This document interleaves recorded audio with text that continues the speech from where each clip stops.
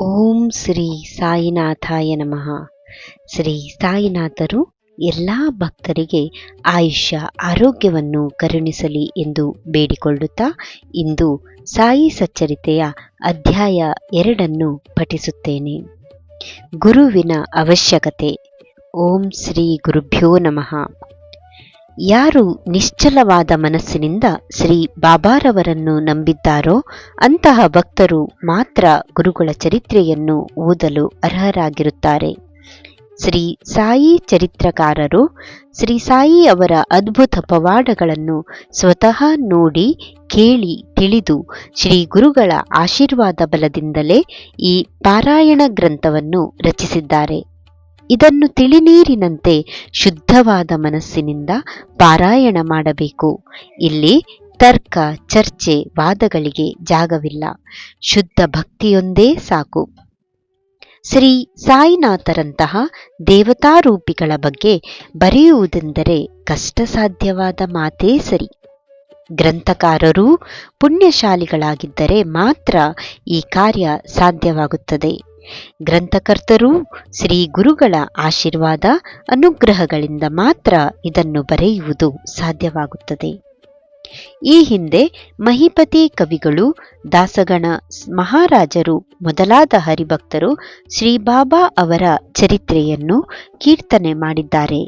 ಶ್ರೀ ಸಾಯಿ ಚರಿತ್ರೆ ಸಾಗರದಂತೆ ವಿಶಾಲ, ಆಳ ಮತ್ತು ಗಂಭೀರವೂ ಆಗಿದೆ. ಈ ಸತ್ಕತೆಯನ್ನು ಶ್ರವಣ ಮಾಡಿದವರ ಮನಸ್ಸಿಗೆ ನೆಮ್ಮದಿ ಸಿಗುತ್ತದೆ.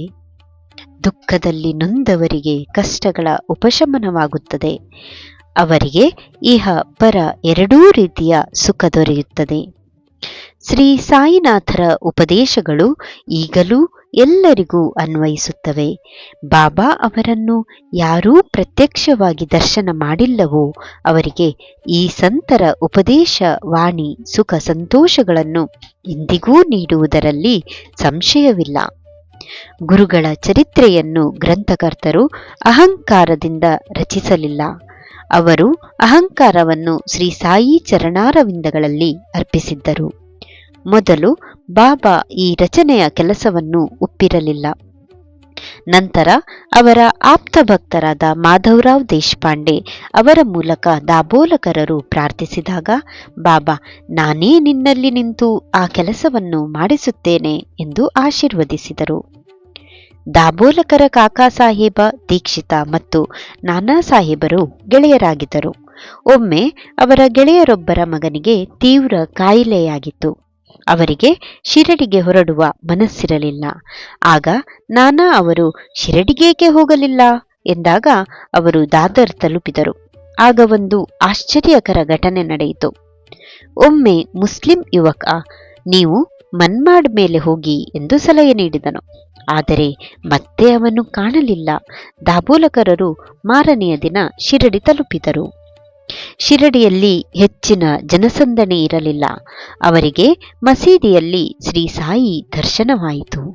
ಗೋವಿಂದರಾವ್ ರಘುನಾಥ್ ದಾಬೋಲ್ಕರ್ ಮೊದಲ ಬಾರಿಗೆ ಸಾಯಿ ದರ್ಶನ ಮಾಡಿ ಅವರ ಚರಣಸ್ಪರ್ಶ ಮಾಡಿದರು. ಇದರಿಂದ ಅವರ ಪೂರ್ವಜನ್ಮದ ಕರ್ಮ ಕರಗಿ ಪುನರ್ಜನ್ಮದಂತೆ ಅನುಭವವಾಯಿತು. ದಾಬೋಲಕರ ಅವರು ಬಾಳಾಸಾಹೇಬ ಘಾಟೆ ಅವರೊಂದಿಗೆ ಗುರುಗಳ ಅಗತ್ಯದ ಬಗ್ಗೆ ಚರ್ಚಿಸಿದರು. ಅವರು ಯಾವ ತೀರ್ಮಾನಕ್ಕೂ ಬರಲು ಸಾಧ್ಯವಾಗಿರಲಿಲ್ಲ. ಅನಂತರ ಅವರು ಮಸೀದಿಗೆ ಹೊರಟಾಗ ಸಾಯಿಯವರು ದಾಬೋಲ್ಕರ ಅವರನ್ನು ನೋಡಿ ಈ ಹೇಮಾಡ ಪಂಥ ಏನೆನ್ನುತ್ತಾನೆ ಎಂದರು. ಹೇಮಾದ್ರಿ ಪಂತರು ದೇವಗಿರಿ ಅರಸರ ಆಸ್ಥಾನ ವಿದ್ವಾಂಸರಾಗಿ ಹಲವಾರು ಗ್ರಂಥಗಳನ್ನು ರಚಿಸಿದ್ದರು. ಬಾಬಾ ಈ ಹೆಸರನ್ನು ದಾಬೋಲಕರರಿಗೆ ಅಹಂಕಾರ ಕಳೆಯಲು ಅನುಗ್ರಹಿಸಿದರು. ಅಂದಿನಿಂದ ದಾಬೋಲಕರ ಹೇಮಾಡ ಪಂಥರಾದರು. ಪಾರಮಾರ್ಥಿಕ ಸಾಧನೆಗೆ ಶ್ರೀ ಗುರುಗಳ ಅಗತ್ಯವಿದೆ. ಶ್ರೀ ಗುರುವೇ ಸಂಸಾರ ಸಾಗರ ದಾಟಿಸುವ ನಾವೆಯಂತೆ ಎಂದು ಹೇಳಿದರೆಂಬಲ್ಲಿಗೆ ಶ್ರೀ ಸಾಯಿ ಸಚ್ಚರಿತೆಯ 2ನೇ ಅಧ್ಯಾಯ ಮುಗಿಯಿತು. ಶ್ರೀ ಸಾಯಿನಾಥಾಯ ನಮಃ.